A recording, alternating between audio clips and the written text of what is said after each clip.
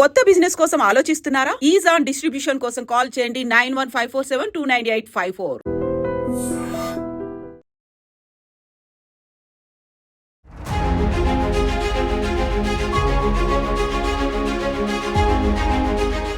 Big breaking. ఇది నిజంగా చెప్పాలంటే చాలా కేసెసే ఇట్లాంటివి నమోదైనవి. పిల్లలు పిట్టల్లా రాలిపోతున్న స్పందించని ప్రభుత్వాలనే మనం చూస్తూ ఉన్నాం. ఎగైన్ మరోసారి ఇంకో స్టూడెంట్ ఆత్మహత్య చేసుకున్నాడు. రీజన్ ఏంటి అంటే ఎవరికి తెలియదు. లాస్ట్కి వస్తే తల్లిదండ్రులు ఎవరు లేకుండానే ఈ అబ్బాయి మృతదేహాన్ని గాంధీ హాస్పిటల్కి తరలించిన తర్వాత కానీ తల్లిదండ్రులకు తెలియదు మా కొడుకు చనిపోయిండు అని. ఇది ఇప్పుడున్నటువంటి ఏ కళాశాలనైనా తీసుకోండి, ఎవరన్నా ఏదన్నా రీజన్తోని పిల్లలు చనిపోతే కనీసం ఇన్ఫర్మేషన్ తల్లిదండ్రులకు, వాళ్ళ కేర్ టేకర్స్కి, ఎవరైనా గార్డియన్కి ఎవరికి ఇవ్వకుండానే చెప్పకుండానే ఏది చేయాలనో అది చేసేస్తున్నారు. తర్వాత ఏముంటుంది అని అంటే ఏముండదు ఆ కేసులో. వాళ్ళకి తెలుసా అది ఎన్ని కేసెస్ అయినాయి. ఇప్పుడు అగైన్ కేపీహెచ్పిలో ఉన్నటువంటి సాయినగర్ కాలనీలో ఉన్నటువంటి ఇగ్నెంట్ కాలేజ్కి సంబంధించిన యాజమాన్యం చెప్తున్న జవాబు కూడా ఇదే. పాపం బాబు ఎంపీసీ చదువుతున్నాడు, ఫస్ట్ ఇయర్ దట్టు.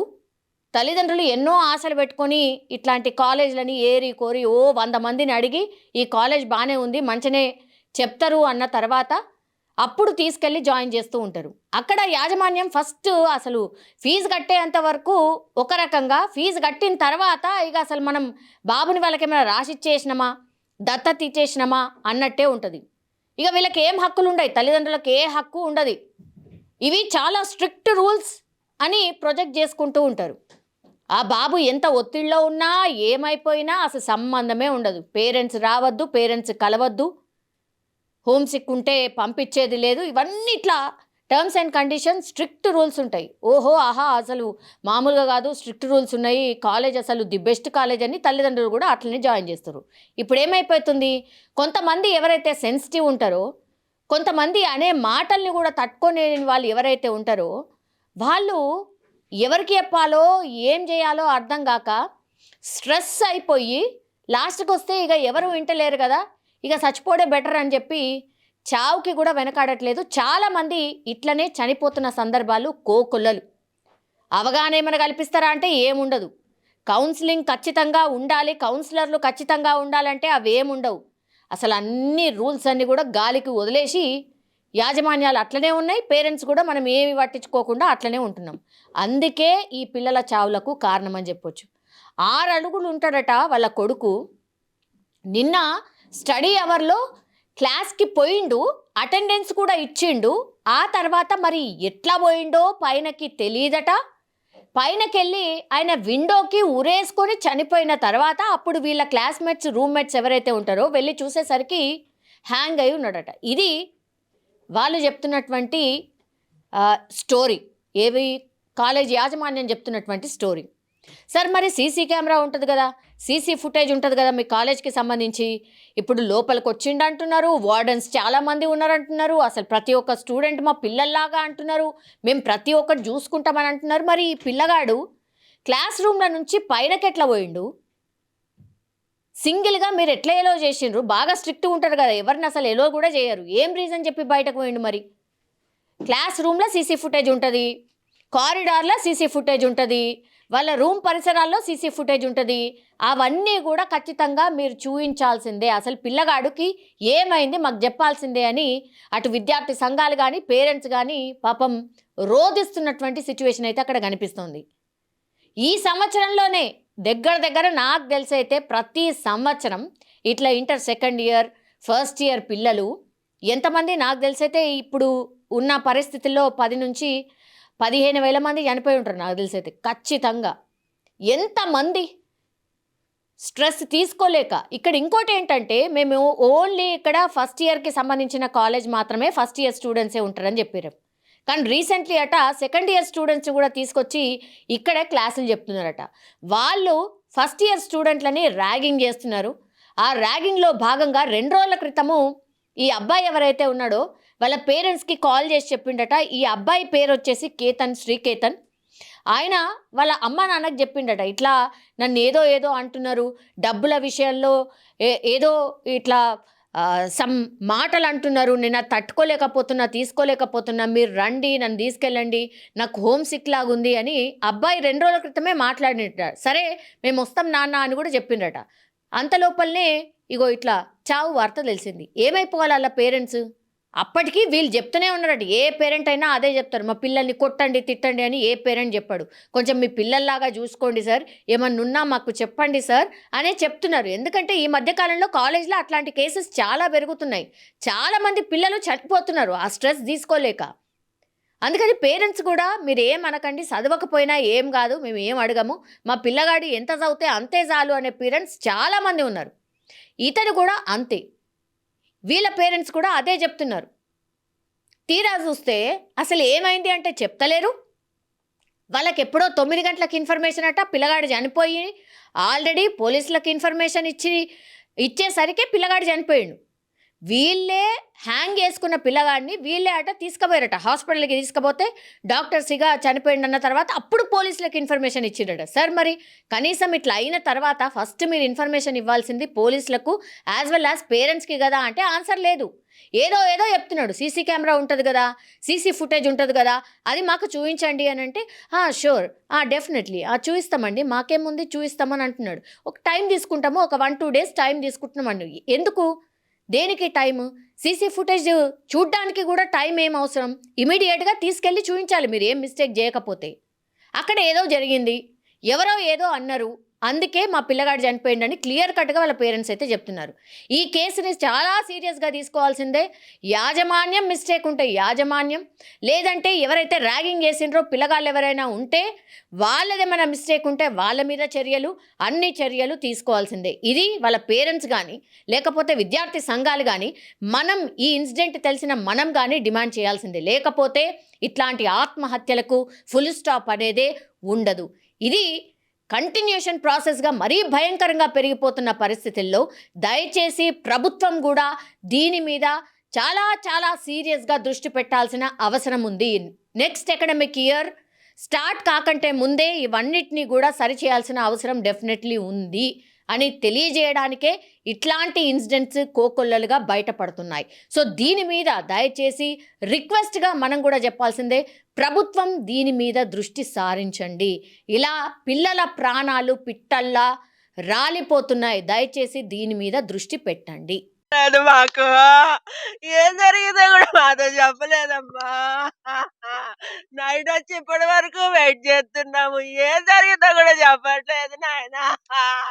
నా కొడుకు చూపించండి తండ్రి, నా కొడుకుని చూపించండి,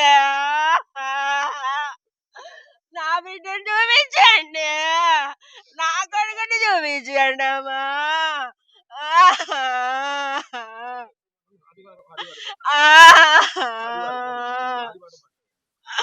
ఆదివారం వచ్చి మా చెల్లి వచ్చి కలిసిపోయిందండి. ఇంకా ఆ తర్వాత సోమవారం రాలేదు, ఫోన్ చేయలేదు. ముందు ఒక రోజు ఒకసారి కాల్ చేశాడు, కాల్ చేసి నాకు బాధగా అనిపిస్తుంది మమ్మీ అన్నాడు. ఏమైంది నాన్న అంటే, నువ్వు నా మీద డబ్బులు ఎక్కువ ఖర్చు పెడుతున్నావాడ మమ్మీ అన్నాడు. ఎందుకు నాన్న అంటే, నన్ను ఏదేదో అంటున్నారు మమ్మీ, నీ తీసుకోలేకపోతున్నా అన్నాడండి. సరిగా మాట్లాడడానికి లేదండి. స్టూడెంట్స్ అన్నారో ఎవరన్నారో క్లారిటీ చెప్పలేదండి. నాకు ఎలాగో అనిపిస్తుంది మమ్మీ అన్నాడండి. వెంటనే మా తమ్ముడిని నెక్స్ట్ డే పంపించి అడిగిచ్చిన, ఏమైంది నాన్న అంటే, ఏం లేదులే మమ్మీ నేను కలిసాక చెప్తాలే అన్నాడండి. ఇక్కడ సార్లు ఉన్నారు, ఇప్పుడు ఏం వద్దులే అన్నాడండి. ఫస్ట్ ఇయర్ లో ఇగ్నైట్ కాలేజ్ జాయిన్ చేసినామండి. అప్పుడు యాజమాన్యం ఏంటంటే, ఈ క్యాంపస్ లో 120 మంది ఉంటారు, ఇబ్బంది ఏం లేదు అనేసరికి నేను జాయిన్ చేశాను సార్. ఇక్కడ జాయిన్ చేసిన తర్వాత మా అబ్బాయి నిన్న అసలు మాకు ఏం జరిగిందో ఏమో తెలియదు, మాకు ఏమి చెప్పకుండా ఇన్ఫర్మేషన్ ఏమి లేకుండా మాకు మన గాంధీ హాస్పిటల్కి తీసుకెళ్ళిపోయారు సార్ మా అబ్బాయిని. వాళ్ళ ఏమి రెస్పాన్సిబుల్. నైట్ మేము 2:30కు వచ్చినాం ఇక్కడికి. 2:30కు వచ్చిన తర్వాత నైట్ నుండి ఇక్కడే ఏం చేసినా కూడా మాకేం రెస్పాన్స్ అవ్వట్లేదు. అతను ఎలా చనిపోయాడు? అతను ఏంటంటే చనిపోయేంత పిరికి వాడైతే కాదు మా అబ్బాయి. మా అబ్బాయి 6 అడుగులు ఉంటాడు. కిటికీకి హ్యాంగింగ్ చేసుకొని ఇది చేశారు అంటున్నారు. మరి ఆ కిటికీ ఎక్కడ హ్యాంగింగ్ చేశారని ఆ ప్లేస్ కూడా మాకు చూపించట్లేండి. దయచేసి మాకు న్యాయం కావాలి. యాజమాన్యము నాకు న్యాయం చేయాలని కోరుతున్నాం. మాకు ఏదైతే ఉందో ఆ ప్లేసు హ్యాంగింగ్ అయ్యే ప్లేసు మాకు చూపించాలి. దీనికి ఏంటంటే దీంట్లో దీంట్లో తీసుకొచ్చి సీనియర్స్ ర్యాగింగ్ కూడా కొంచెం ఉందని చెప్పి మాకు కొంచెం ఇప్పుడిప్పుడే తెలుస్తుంది. ఆ సీనియర్స్ ఇందులో అసలు దీంట్లో లేరు. మేము జాయిన్ చేసినప్పుడు ఆ సీనియర్స్ ర్యాగింగ్, ఆ రూమ్మేట్స్ ర్యాగింగ్ వల్ల మా అబ్బాయి యాజమాన్యం దీని వల్ల చనిపోయాడండి. దీనికి నాకు న్యాయం చేయాలని నేను కోరుతున్నానండి. ఇగ్నైట్ జూనియర్ కళాశాలలో శ్రీకేతన్ అనే విద్యార్థి యొక్క ఆత్మహత్య సంఘటన అనేక అనుమానాలకు తావిస్తుంది. ఈరోజు పోలీసులు కావచ్చు, లేకపోతే కళాశాల యాజమాన్యం కావచ్చు, గురేసుకున్నారని చెప్పేసి చెప్తా ఉన్నారు. మరి అసలు ఏదైతే చిన్న కిటికీ ఉంది, ఆ కిటికీకి ఉరేసుకున్నారని చెప్తా ఉండ్రు. అబ్బాయి ఇప్పటి 6 ఫీట్ల పొడుగున్నటువంటి అబ్బాయి ఏ రకంగా అది సాధ్యపడింది? అనేక అనుమానాలు తావిస్తున్నాయి. కేవలం 300 రూపాయలు ఫీజు డ్యూ ఉంటే నిన్న మొన్న పేరెంట్స్ కి ఫోన్ చేసి 300 రూపాయలు ఫీజు తీసుకున్నటువంటి ఇగ్నైట్ కళాశాల యాజమాన్యం ఈ విద్యార్థి చనిపోయిందని చెప్పేసి దాదాపు 4:30 నుంచి ఈ ఏదైతే 8:30 ప్రాంతం లోపల ఏదైతే అబ్బాయి స్టడీ అవర్కు రాలే అని చెప్తా ఉన్నారు. మరి లంచ్ టైంలో చూసినామని చెప్తా ఉన్నారు. ఈ సందర్భం లోపల ఎవరు కూడా గుర్తించలేదు. తర్వాత తల్లిదండ్రులకు కూడా రాత్రి 9:30 ప్రాంతంలో సమాచారం అందించారు. అది కూడా పలానా అబ్బాయికి సీరియస్ ఉంది, హాస్పిటల్ అని చెప్పారు. తల్లిదండ్రులకు ఎటువంటి సమాచారం లేకుండా పోలీసులు కావచ్చు, కళాశాల యాజమాన్యం కావచ్చు, ఎటువంటి సమాచారం ఇవ్వకుండా గాంధీ హాస్పిటల్ కు మరి గాంధీ హాస్పిటల్ మార్చూరికి ఎందుకు తరలించారు, ఎందుకు అంత హఠాత్తుగా పోస్ట్ మార్టం చేపియాలని చెప్పేసి ఎందుకు అనుకున్నారు అనేది ఇప్పుడు సమాధానం చెప్పాల్సినటువంటి అవసరం ఉంది. ఇంత సంఘటన జరిగింది. ఈరోజు పొద్దున 6 గంటలకు యాజమాన్యాన్ని పిలిపిస్తామని ప్రామిస్ చేస్తే ఈరోజు 3 గంటలకు వచ్చి ఈ చల్లో తల్లిదండ్రులు వెయిట్ చేస్తున్నప్పటికి కూడా దాదాపు ఇప్పుడు 9 కావస్తుంది. ఇప్పటికి కూడా కళాశాల యాజమాన్యంని పిలిపించడం లోపల పోలీసులు విఫలం అవుతా ఉన్నారు. మేము ఒక్కటే డిమాండ్ చేస్తా ఉన్నాం, శ్రీకేతన్ కుటుంబానికి న్యాయం జరగాలి, న్యాయం చేయాలని చెప్పేసి మేము విద్యార్థులుగా డిమాండ్ చేస్తా ఉన్నాం. వెంటనే కళాశాల యాజమాన్యాన్ని, కళాశాలకు కూడా చూస్తే ఒక బోర్డు లేదు, ఒక చిన్న నోటీస్ బోర్డు కూడా లేదు. మరి ఏ రకంగా ఇది కళాశాలగా గుర్తిస్తా ఉన్నారు? వెంటనే కళాశాల అనుమతులు రద్దు చేయాలి, కళాశాల యాజమాన్యాన్ని దీనికి బాధ్యులైన వారిని అరెస్ట్ చేయాలని చెప్పేసి జేఎన్టీయూ విద్యార్థులుగా మేము డిమాండ్ చేస్తా ఉన్నాం. ఆ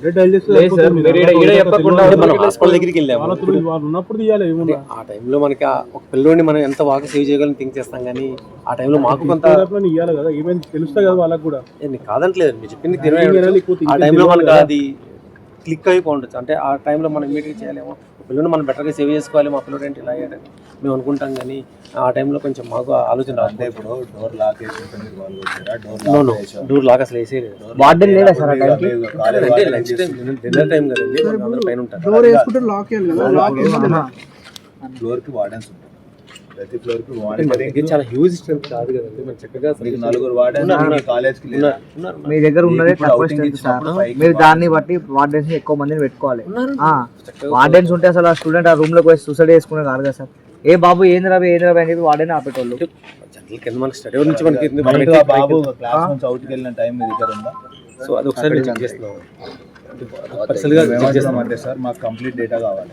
5:30కి మీకు స్టడీ అవర్ స్టార్ట్ అవుతుంది, 7:20 వరకు మీ క్లాసెస్ నడుస్తాయి. 7:20 వరకు బాబు క్లాస్ లో ఉన్నాడు అనే దానికి ఎవిడెన్స్ ఏంటి? 7:20 లోపల బాబున్న ఇన్ఫర్మేషన్, 6:15కి బాబు వెళ్ళిపోయింది అనేది ఇన్ఫర్మేషన్.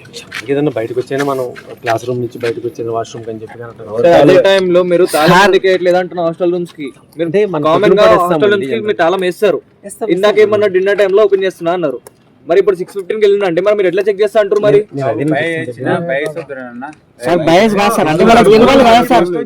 ఈరోజు సార్ మనం ఈరోజు వదిలేసినాం అనుకోసారి రేపు ఇంకో స్టూడెంట్ ఇట్లాంటి జరగదు అంటే వాళ్ళకు కూడా తెలియదు కదా సార్. రెగ్యులర్ నెక్స్ట్ టైం జరగకుండా జరుగుతుంది. స్టూడెంట్ పేరెంట్ కమ్యూనిటీలో ఎప్పుడు కూడా మీ దగ్గర జరగాలని మేము కూడా కోరుకోం, మీ దగ్గర జరగాలని మేము కూడా కోరుకుంటలేము సార్. కమ్యూనిటీలో మనకి ఎప్పుడు కూడా అలాంటి ప్రాబ్లం మనం ఫేస్ చేయడం కూడా లేదు. ఇప్పుడు రాను కూడా రాదు మనకి సార్. మాకే ఒక చెప్పాలా సార్, ఇది ఒక స్టూడెంట్ మానసికంగా ఎందుకు ఇలా ఉన్నాడు అనేది మాకు అకాడమిక్ ఇయర్ జూన్లో స్టార్ట్ అయ్యి డిసెంబర్ వరకు ఒకలాగా ఉంటుంది సార్. డిసెంబర్ నుంచి ఫిబ్రవరి వరకు ఒకలాగా ఉంటుంది. డిసెంబర్ స్టార్ట్ అయిందంటే ప్రతి కాలేజీలలో కూడా సూసైడ్స్ అనేది స్టార్ట్ అవుతాయి. వాళ్ళు పెట్టే ప్రెషర్ వల్ల. కానీ నేను ఇక్కడ ప్రెషర్ పెట్టినా నేను అంటలే, అంటే మీరు ఒక నిర్లక్ష్యం వల్లనే స్టూడెంట్ చనిపోయింది సార్. మీరు అక్కడ స్టూడెంట్ 6:15కి వెళ్ళిందా, ఎప్పుడు వెళ్ళిందా బయటికి క్లారిటీ లేదు, క్లాస్ రూమ్లో ఉండలేదా మీకు క్లారిటీ లేదు. జనరల్గా ఒక స్టూడెంట్ క్లాస్ రూమ్కి రాకుండా హాస్టల్లో ఉన్నట్టే మీరు పోయి పదే ఏమైంది వాట్ ఈస్ వాట్ అనేది కనుక్కుంటారు కదా సార్ రెగ్యులర్గా. మళ్ళీ ఈరోజు ఎందుకు కనుక్కోలేదు సార్? వాళ్ళ క్లాస్ రూమ్లో మీరు పీరియడ్కి అటెండెన్స్ తీసుకుంటారు, ఎంతమంది వచ్చారు స్టూడెంట్ వాట్ ఈస్ వాట్ అనేది మీరు ఒక చెక్ చేసుకుంటూ ఉంటారు కదా సార్. సారీ మనకి మార్నింగ్ లంచ్ బ్రేక్ అలా ఉంటాయి కదండి. అవును సార్, మీరు రెగ్యులర్గా క్లాస్ టు క్లాస్ ప్రతి పీరియడ్ వాట్ ఈస్ వాట్ ఏం జరుగుతుందని చెక్ చేసుకుంటారు సార్. ఎప్పుడో జరిగిందా సార్ వాళ్ళు చెక్ చేసేది సార్? మీరు ఏం చేస్తారు సార్? మీకు ఒక రెస్పాన్సిబిలిటీ ఉండాలి కదా సార్. స్టూడెంట్ దగ్గర ఉన్నామండి సార్ వాళ్ళు మమ్మల్ని సార్ మీ మేనేజ్మెంట్ మీ దగ్గర స్టూడెంట్ దగ్గర ఉన్నది ఓన్లీ 5 మెంబర్స్ అన్న సార్. యాక్యురేట్ డేటా మీరు ఎప్పుడు చెప్పగలుగుతారు? ఎన్నింటికి? రేపు పొద్దున మీరు కనపడకపోతే నేను ఎవరిని అడగాలి? ఎందుకంటే సార్ వాళ్ళు ఉన్నారు సార్, ఎస్ఐ సార్ ఉన్నారు కదా సార్, ఎస్ఐ సార్ కూడా ఉన్నారు, సిఎస్ఆర్ కూడా ఉన్నారు. ఇప్పుడు సిఎస్ఆర్ ఉన్నారు. మేము ఏమంటున్నాం అంటే రేపు పొద్దున టైం తీసుకోండి, మాకు ఇప్పటికిప్పుడు చెప్పాలని కాదు. మేము ఏమంటున్నాం అంటే రేపు పొద్దున అసలు బాబు క్లాస్ రూమ్ నుంచి బయటకు వచ్చిన ఫుటేజ్ మీ దగ్గర ఉంటుంది, ఇన్బుల్ట్లో రూమ్కి వెళ్ళిన ఫుటేజ్ మీ దగ్గర ఉంటుంది. ఆ టైం డేటా అనేది మీ దగ్గర యాక్యురేట్గా ఉంటే జరిగింది ఆయన పర్సనల్ రీజనా కాలేజ్ రీజనా అనేది తర్వాత ఇన్వెస్టిగేషన్లో తెలుస్తుంది, అది సార్ వాళ్ళు చెప్తారు. బట్ యాక్యురేట్ టైం డేటా అనేది కూడా మన దగ్గర మినిమం అవగాహన లేకపోతే మీరు ప్రిన్సిపల్గా మీ విద్యార్థి సంఘాలుగా ఇద్దరం వేస్ట్. అట్లా విధంగా ఏంటంటే బాబుని తీసుకెళ్లే హర్రీలో మేము దాన్ని సరే సార్, నేను సార్ మీరు ఎందుకు పర్మిషన్ లేకుండా తీశారు అని నేను అడగట్లేదు, వేరేది ఏమీ అడగట్లేదు. బాబు కనీసం క్లాస్లో అటెండెన్స్ తీసుకున్న విద్యార్థి అటెండెన్స్ తీసుకున్నాక without permission of the class incharge or the class SL వీళ్ళు లేకుండా మీరు లోపలికి ఎప్పుడు వెళ్ళారు? అసలు పైకి యాక్సెస్ ఎందుకు వచ్చింది? మీరు రూమ్ డోర్స్ అయితే యాక్సెస్ ఉండవు, మరి ఆ టైంలో ఓపెన్ చేయాల్సిన అవసరం ఎందుకు వచ్చింది? నేను చెప్పిన రీజన్. ఈ యాక్యురేట్ డేటా మాకు మార్నింగ్ 9:30కి మేము వస్తే మాకు ఇవ్వగలుగుతారా? కొంచెం టైం తీసుకోండి. అంతే సార్, ఇప్పుడు ఆయన ప్రిన్సిపల్ కాబట్టి ఆయన పొద్దున అది ఇస్తే ఇంతే కదా సార్ మేము అడిగేది కూడా. విల్ అప్డేట్ మార్నింగ్ కళ్ళు ఇవ్వండి సార్, ఎందుకంటే లేకుంటే ఇది సెన్సిటివ్ ఇష్యూ. లోపల మాత్రం పిల్లలతో కూడా లోపల భయభ్రాంతులు గురై ఉంటారు కాబట్టి విద్యార్థులు ఆ ఫ్లోర్ ఏదైతుందో మిగతా ఫ్లోర్స్ లో అకామిడేట్ చేయండి.